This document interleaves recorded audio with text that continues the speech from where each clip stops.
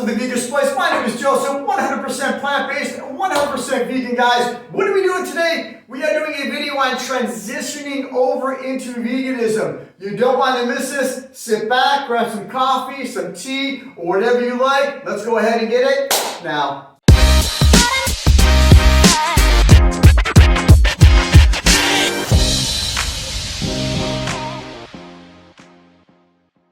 This is a video on transitioning into veganism and a little bit of my experience on how I did it, okay? Welcome to the veganspice.com. I pat you on the back, my friend, for being here. Behind the camera, I do have an eraser board with a few points because I don't want to miss anything for you. So the first point, listen to your body, guys. Please, your body is the best indicator, okay? If something agrees with you or it does not. And that's the way that I did it when transitioning into veganism, and it worked well for me. Example, if you don't like peanuts or you're allergic to them, and I go ahead and suggest to you that they have a lot of copper, some iron, some protein, some fiber, and stuff like that, okay? I recommend that to you. I suggest that to you. And you say to yourself, well, you know, let me go ahead and eat that. Okay, that's an issue because A, you could be allergic to them. B, it might not agree with you. So your body is the best indicator, guys, of whether a food agrees with you, regardless of what somebody tells you. Okay? It's going to be up to you to decide. All right, guys. Number 2 is going to be social media platforms. TikTok, YouTube. Anything other than those two I don't really do. I just do these two major ones. There is a ton of information on those two social media platforms. There's a lot of awesome recipes, a lot of good recipes, suggestions, recommendations. I use some of those. I'm still researching to this day, and I still incorporate new things into my lifestyle in order to maximize my health benefits. And that's my key. Okay, so those two social media platforms are huge. So let's go ahead and go on to the next point. Research, and more research is what I did in order to make it where I am today. Along with this right here, the colors of the rainbow. When I first transitioned, that's what I focused on, okay?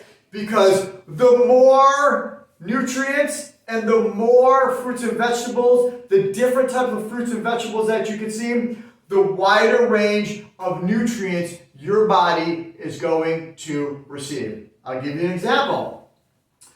I call these people boxed vegans, okay? And there's nothing against boxed vegans.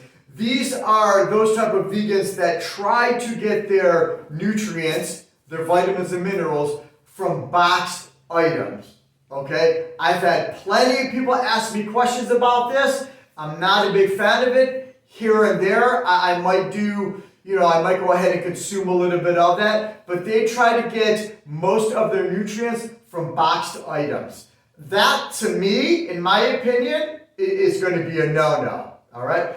I eat just oatmeal. I eat just white bread, pastries, crackers, and stuff like that. Versus the berry kingdom, the oranges, the kale, the tomatoes, the cucumbers, the turnips, the radishes. Do you understand? So this right here works for me very, very well, guys. Okay, I'll give you another example right here. If I just go ahead and consume hibiscus, and that's the only tea I consume, there's nothing wrong with that. I love hibiscus. Inflammation, decreases blood pressure, liver support, antioxidants, you name it. This right here is on the top of my list. But I have chamomile, I have elderberry, calendula, nettle, marshmallow. I do have peppermint, yerba mate, lemon balm, guys, licorice root, mullein, which is huge for respiratory, guys. Bronchitis, bronchiolitis, any type of respiratory issues, that's a good tea. So now you can understand we're just consuming the hibiscus alone versus all of these, okay? These food products over here, these are on my vegan starter kit, guys. Go ahead and check that video out. Welcome to the Vegan Spice. My name is Joseph. Thanks for watching. Be safe, be well. Most of all, you know what I'm going to say, be yourself. Thanks, guys.